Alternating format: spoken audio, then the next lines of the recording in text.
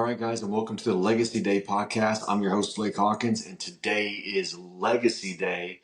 And if you're listening to this, it's time for you to go have a Legacy Day.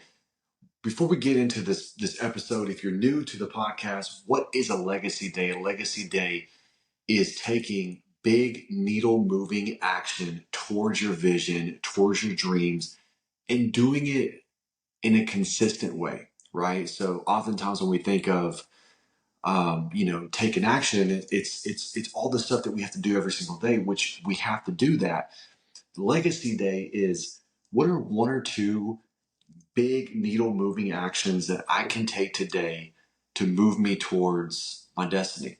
Okay, so if you're joining me today, congratulations. Today's Legacy Day. Today's your Legacy Day. And let's jump right into this. So this podcast is for driven change agents. These are entrepreneurs, business owners, leaders, community activists, church leaders. This is people that are out there in the world. They're the movers, they're the shakers, they're the people inspiring, driving, leading, and transforming people and transforming organizations. So this podcast is for you if you're one of those people. And let's get into today's podcast. And I want to talk about having team members that align with the bigger vision, having team members that align with the bigger vision. I have gone through some interesting things the past, probably 6 or 7 weeks or so, where I had team members in my organization that from a certain perspective seemed like things were sort of working okay. But then when there was some pressure and there were some situations and experiences that caused deeper communication with these people, realized real quick that these particular individuals did not align with the bigger vision. Now, it's not to say that they didn't do some good things. That really wasn't the case. There were some good things that they did. But what I realize is when you have an organization and you have people in your organization that do not support, believe, align with the bigger vision, with the company mission, with what everybody else is going after, that's what you call counter intention. And that energy, that negative energy, that subconsciously is going against where everybody else is heading, is really bad for organizations, really bad for businesses, really bad for teams. And oftentimes these things don't really come ahead until there is some sort of friction, challenge, or a situation to where, you kind of have to go a little bit deeper in a communication flow with certain people. And you start to realize kind of who is who and where people are on the bus, so to speak. And you got to get people off the bus, right? Just like John Gordon's book, The Energy Bus. If they're not in alignment with where the bus is heading and where you're driving the bus, you got to get them off the bus. You got to kick them off the bus. And it doesn't always necessarily mean that these people are wrong or bad. Sometimes they are. Okay. But not in every situation. So how can we figure out who is down for the mission and who is not? There's a couple of things that I've learned. Number one, you'll actually see it on the front end much more than you realize. So oftentimes we overlook things because it's just how it is. I know for me, it's because, life is busy, life is active. There's a lot of things that go on, and, you can only pick so many things to focus on. And so sometimes when something isn't necessarily broken, but like, that's a red flag, or I don't know, man, that doesn't really feel right. Sometimes it's just easier just to kind of keep moving forward because you got already a lot of other battles to fight. What I've realized is you actually, and myself, we actually know who is not in alignment with the vision pretty quickly.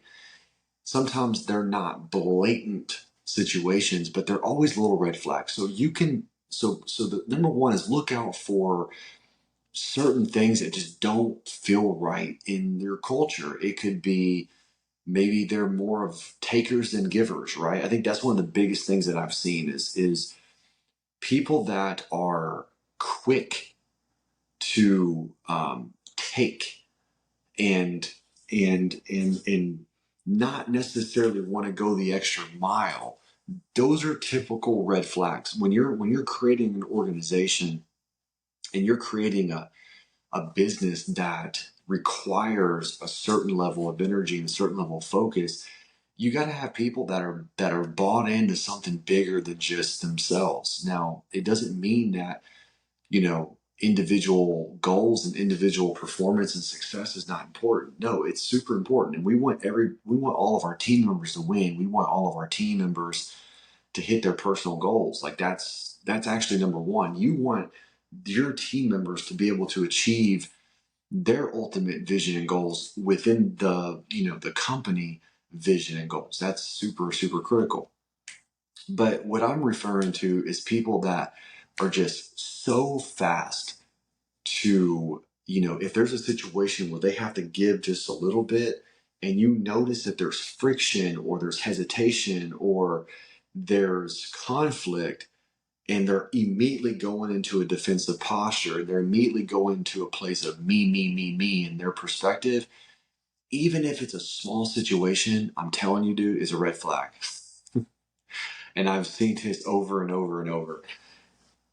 Those are things you want to look out for. Those things typically are seeds for something much greater. And if you don't explore that and you don't maybe dig a little bit deeper with that person or ask some really good questions to kind of see where their heart is and where their mind is and where they are within the company context of the vision, sometimes waiting for these things to happen, you're going to get punched in the gut because you realize, like, man, this person really wasn't in alignment with where our company bus was heading and is heading, right?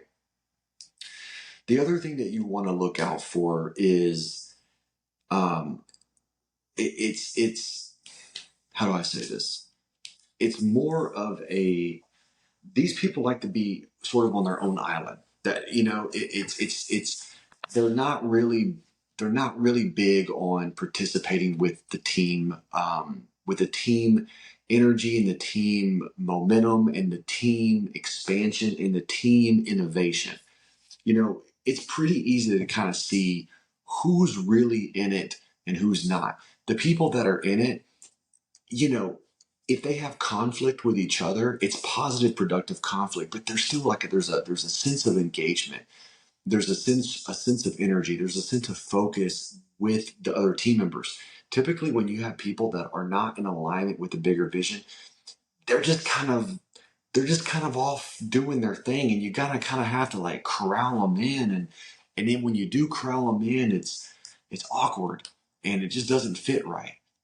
If you have a small organization, you should be able to see this pretty easy.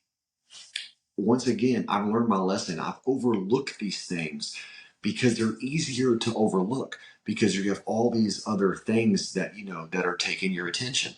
But definitely pay attention to it. If you notice that there's a team member or a couple team members that are just like, man, you gotta like fight tooth and nail to kind of get engagement with the team, even if they're great individually, right? We have those people that are like really good individually, but then as a team, it's just like pulling teeth to get them to participate. And if they do, it's just there's not that genuine, authentic energy. Those are people that typically are not aligned with the company vision. Okay, so those are the two things.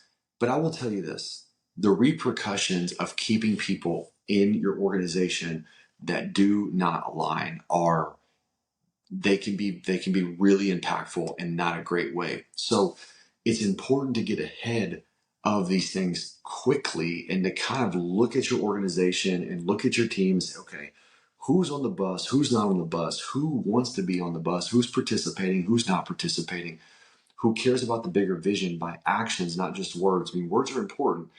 We want encouragement. We want to speak life into what we're doing, but look at people's feet. What are their feet doing? Where are they moving? What kind of actions are they taking? And you'll be able to see kind of who's on the bus and who's not.